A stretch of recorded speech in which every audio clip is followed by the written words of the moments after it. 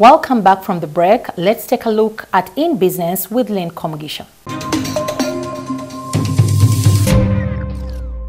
In business tonight, payment of different government dues has been digitized with the e-payment gateway service that goes live this month. The government agenda is to move to a cashless and checkless economy in the medium term. The e-payment gateway too will promote financial inclusion in Uganda through enhanced use of mobile money to pay for public services, especially among the financially underserved communities. Tonight we speak to Paul Busharizi on the importance of the e-payment gateway. One of the reasons why people don't pay for services or don't pay their dues or fines or taxes, I mean, one of the reasons is that it's too cumbersome. Yes. I mean, I've ever had a traffic offense fine, and I went to a bank. This is many years ago. I stood in the line, go to the counter, and they said, "You're in the wrong line." Ouch. I just walked out of the bank. I said, "Well, clearly you don't want my money." Yes, yeah. True.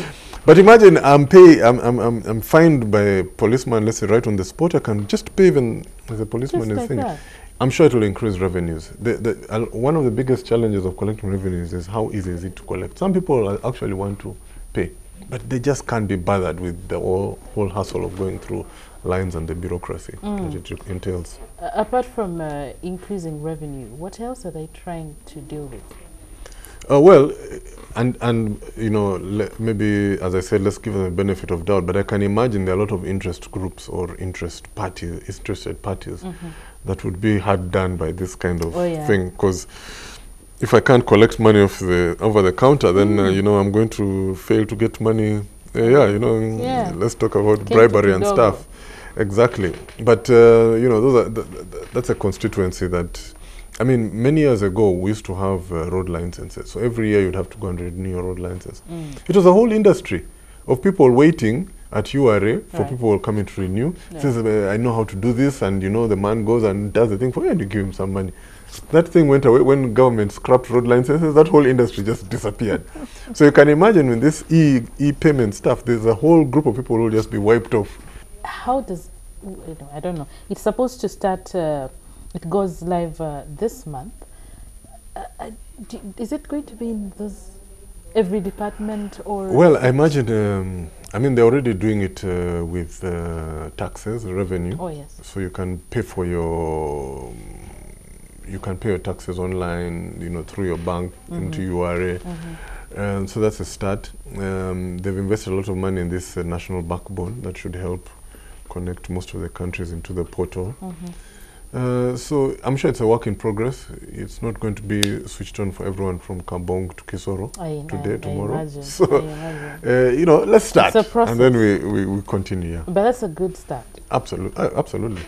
Government should remain committed despite all these people who will be fighting to stop it. We have a lot of corruption going on. I hope it can help. No, I'm sure it will. If it works well, sure? I'm sure it will. All right, so wait for the e-payment system that is about to start, and I hope it curbs the corruption around. I hope it increases revenue, as Paul says, and I hope we can all catch up in this digital economy, digital world. Absolutely. Global something. There's a lot going on with the digital world, and a lot of things are being innovated. Thank you, Lynn Komugisha, and taking you to our Pearl of Africa.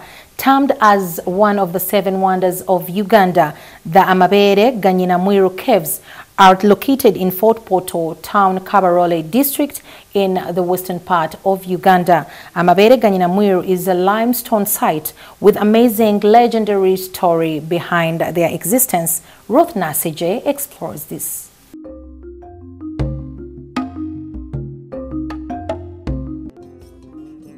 Several legends are told about the caves, which make a fascinating experience. The caves are found in a limestone site and a waterfall called the Natural Shower, which visitors are also allowed to experience if they wish.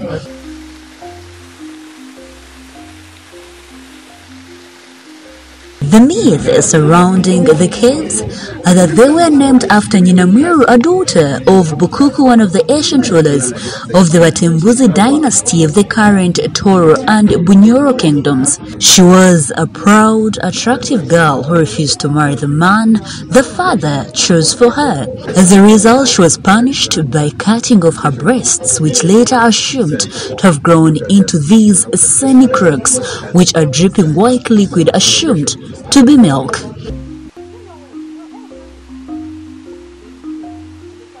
The huge falls dictate the moisture content of the atmosphere surrounding the caves. At the entrance of the caves, the snake-sized slippery path guides you through as you penetrate into a cool green world of moss and fern covered by trees and rocks. So in time, move to Western Uganda and have a look at the AMABEERE ga NYINA MWIRU.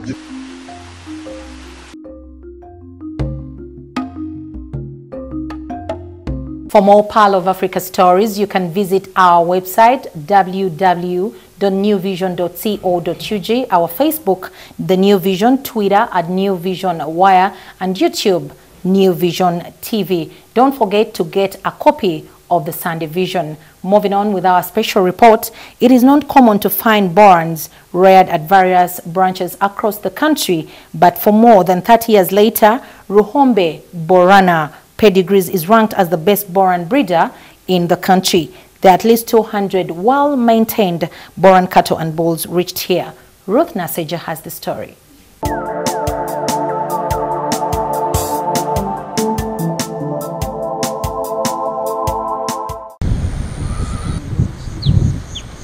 Borans are huge, growish, and bullish. If they do not know you very well, they may even attack.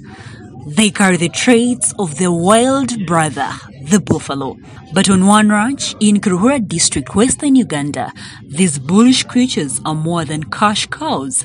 They are part of the family. This ranch, Ruhombe Borana Pedigrees, is owned by John's Ruhombe Kamgisa.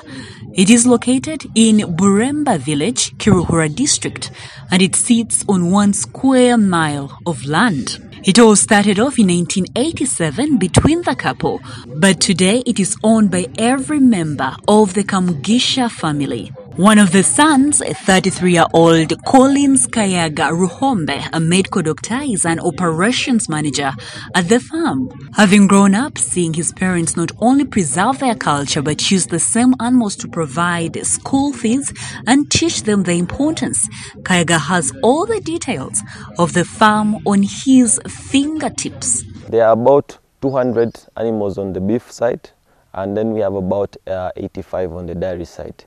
The total land we have is about a square mile. Yeah, we have a square mile of land. We get our water source from spring water. We have a spring water dam that is then pumped to a 50,000 liter tank on one of the hills on the farm, and then it flows to the rest of the farm by gravity. Okay. So all the cows have water ad libitum. Ruhombe Borana Pedigrees farm started with keeping the legendary Ankole cattle, and by 1991 they had 400 of them on the farm. Nearly 33 years later, the ranch is ranked as the best boran breeder in the country. There are at least 200 well-maintained boran cows and bulls, and some Cholois and Santa Gerudis kept at the ranch. In the last 15 years, over 1,000 borans have been bred and sold across the East African region. They have also increased the production of the dairy section. The dairy section was started in August of 2015. Currently, we milk about 20 animals, and we have a production of about 250 to 270 liters a day. The ranch practices synchronized cattle breeding. For example, most of the mothers are served with bulls from around January to March, which means they should be delivering around August or October. Breed bulls for sale at 8 months. We have certain criteria for these bulls. So the bulls we breed and sell should be half their mother's weight at weaning, which is 8 months. whether it's a shallow lay, whether it's the Santa Gertrudis, whether it is the Boran. That's the main target. With the well-elaborated breeding system, it means that the ranch starts receiving calves from end of August through October. The calves are weaned at least 8 months later. At the time, each of them weighs at least 200 kilograms. To maintain the various daily activities on the farm, about 10 people are permanently employed here. 2 working who do other parts. There are also goats and sheep on the farm. 2 do the goats and sheep, 8 work with the cattle, 3 on the beef side, 5 on the dairy side. We have temporary labor coming in, mainly when we have activities. For example, if we are doing silaging, then you might find we have 30, 40 temporary laborers on the farm during that process. When we have certain activities like dehorning of the yearlings, then you will find that we bring in temporary staff. The bulls are not just sold off from the ranch unless they are sure they have got all the positive traits required of a good bull. Therefore, each of the calves is taken through a thorough check to find out whether it meets the traits. For example, a good Boran bull must have at least 50% of its mother's weight after 8 months. This means that since the average weight of a mother is 450 kilograms, the calf should have at least 200 kilograms after 8 months. A good bull must have strong legs, a head of a bull thicker than that of a cow, a long shoulder, good reproductive organs with both testicles hanging down. And after they are sold, the income generated on the farm varies on the season. The price fluctuates between 500 to 1,000 shillings depending on the season. Usually we dip in the wet season, but I can say if it's in the dry season, we are looking 9-10 million every month. Yeah. If it is on the other side, you're looking at revenues of about, because each bull costs 7 million, so you're looking at revenues of about 350 million. That's before culls and others. So if you add in the culls and maybe some heifer sales, you might get to about 400 million a year. Getting to a point of 400 million shillings a year has been through commitment and passion for the job. But how best can this be sustained?